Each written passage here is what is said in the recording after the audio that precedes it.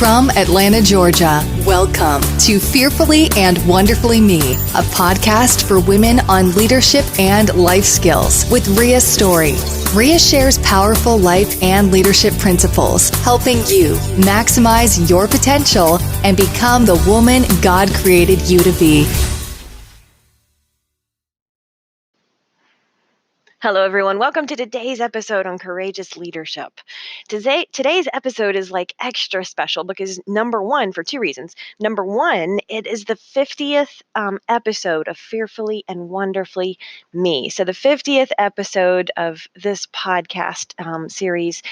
And, that's just exciting in and of itself. But number two, for the second thing, today's episode is really special is we've just broken 5,000 plays. And so just a few short months ago, I started this podcast with just the vision of bringing some leadership and life skill lessons and podcast episodes to women to really help us as women be more effective in our personal lives and also at leading and influencing others. And so, it's just been a couple of short months ago, and then, just right around the corner, it seems, since we started this podcast, and yet 5,000 plays already. So just love to see that, and because it lets me know that there are women like me who are interested in developing themselves and growing personally and professionally, and so that's just always exciting just to see that and see that you guys are listening and getting value from this. If you ever have suggestions or topics that you'd love to see a podcast episode on, feel free to reach out to me. You can catch me on social media, LinkedIn, Rhea Story, Twitter, Rhea.story, Rhea_story, Instagram, Rhea.story. So send me a Facebook message, send me an email. I love to hear the topics that are resonating with you and what you'd love to see more of. So feel free to reach out for future episodes. Well, today's episode is on courage as a leader. And I talked about, Mac and I were recently in an organization and doing a training presentation for a group. And the facilitator for the session passed out a couple of 3x5 cards to every person and said, write down your top questions on leadership.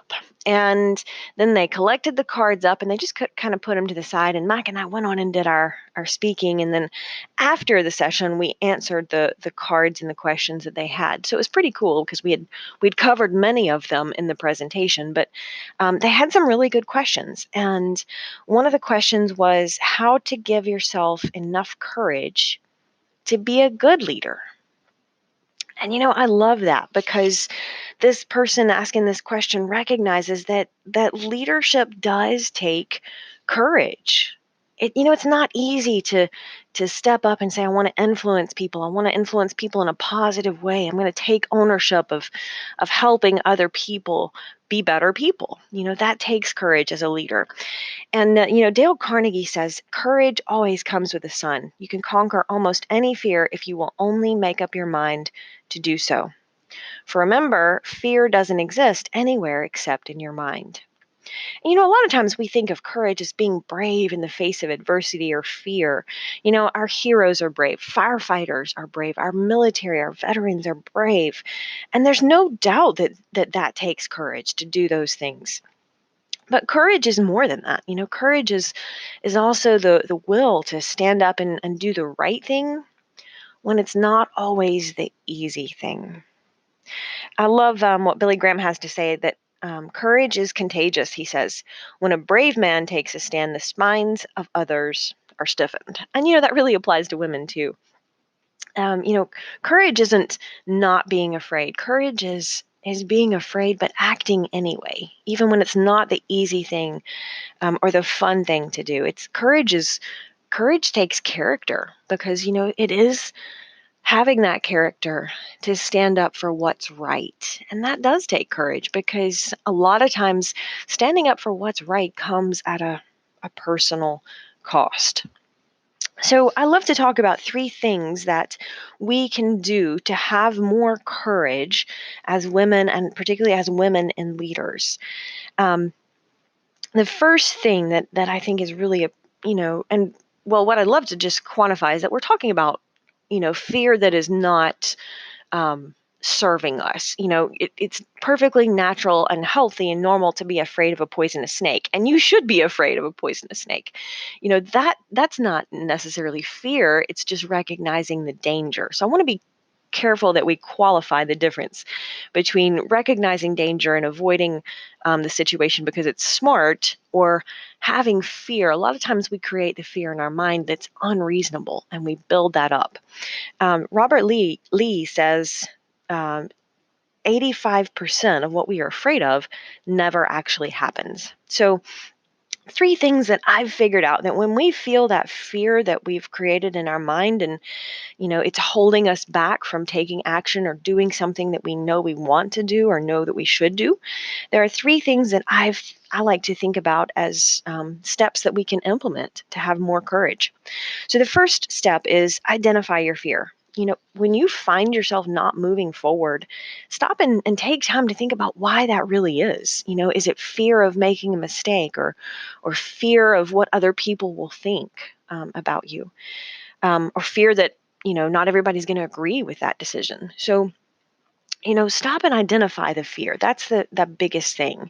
Number one, when something's holding you back, stop and raise your level of awareness. I talk about that a lot, but be conscious and identify it, because when you can name it, it's much easier to deal with it, to manage it. So number one, identify that fear. And then number two, identify what you can control in the situation. Once you've identified the fear, quit thinking about it. Instead, write down a list of the things that you can do or influence, or what can you cause to happen, because this is where truly successful women focus their time and energy, on the things that they can do. Because you focus on the things that you can control, you'll find that over time, there are more things that you can control. So focus your energy there instead of worrying about what you cannot affect. And then number three, take action. If the situation is out of your control, there isn't any reason to worry about it anyway. But take action on the things that you can control. Take action on the things that you can do. You sat down and created your list of the things that you can influence and what you can focus on. Now do something. Take some action. Because here's the thing: when we take action, we're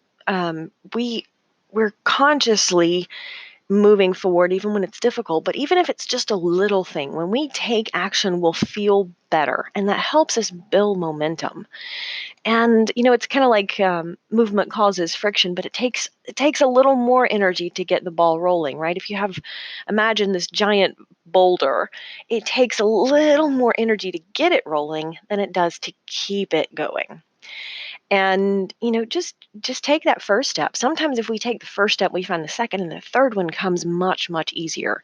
I've shared with you before, I love to exercise and focus on health and wellness and keeping that balance. But part of the way I do that, or a large part of the way I do that, is by running. And I've found out that the first mile is sometimes the toughest, because you just don't necessarily feel like it, and your muscles haven't warmed up yet. And sometimes it's early, early in the morning, and it's dark and it's cold, and you're like, man, that first mile might be the most difficult, because it just takes a little more energy to create the momentum. But once I get going, once I get warmed up and my heart rate evens out, and I'm feeling better and warming up, then it's easier to just keep going. So it's a little harder to get going, but once we take action on something, then it helps us create that momentum and build it. Mac and I talk a lot of times about, every time we speak almost, we talk about, having thoughts and making decisions on doing something is one thing, but taking action, actual execution, but it's one way that we can create more courage as leaders, is, identify that fear and then focus on what we can do. But then number three, that critical step is take action, execute on the things that we know we should do.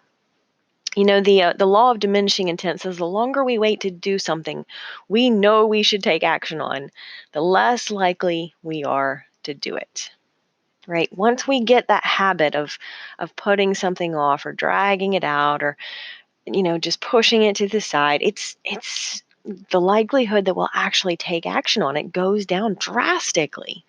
So, just take that step, that first step, that most critical step, and get going. Now, you can't stop there. You have to keep going, of course. But, there's a famous quote by Lao Tzu that says, "The journey of 1,000 miles begins with a single step." So make sure you take the first step. Now, you got to take the second and third step too, but take the third step too. That's very important. So really, those are 3 good steps that you can just concrete sit down when you feel yourself afraid of something and you feel that roadblock is holding you back. I want you to just sit down and be intentional and walk through that 1, 2, 3 steps. And that's a great way to create more courage, because leadership does take courage. It takes courage, and we have to have character to influence people in a positive direction. And that's not always easy to do, but it absolutely can be done. So when you're feeling those fears or those doubts creeping in, especially when it comes to influencing people, sit down and identify those things and then act on them. Until next time. Start increasing your influence and maximizing your potential with Ria's audiobooks. Available at audible.com, amazon.com, and iBooks. Please visit riastory.com to learn about Ria's books, resources, speaking, and training programs. Thanks for listening.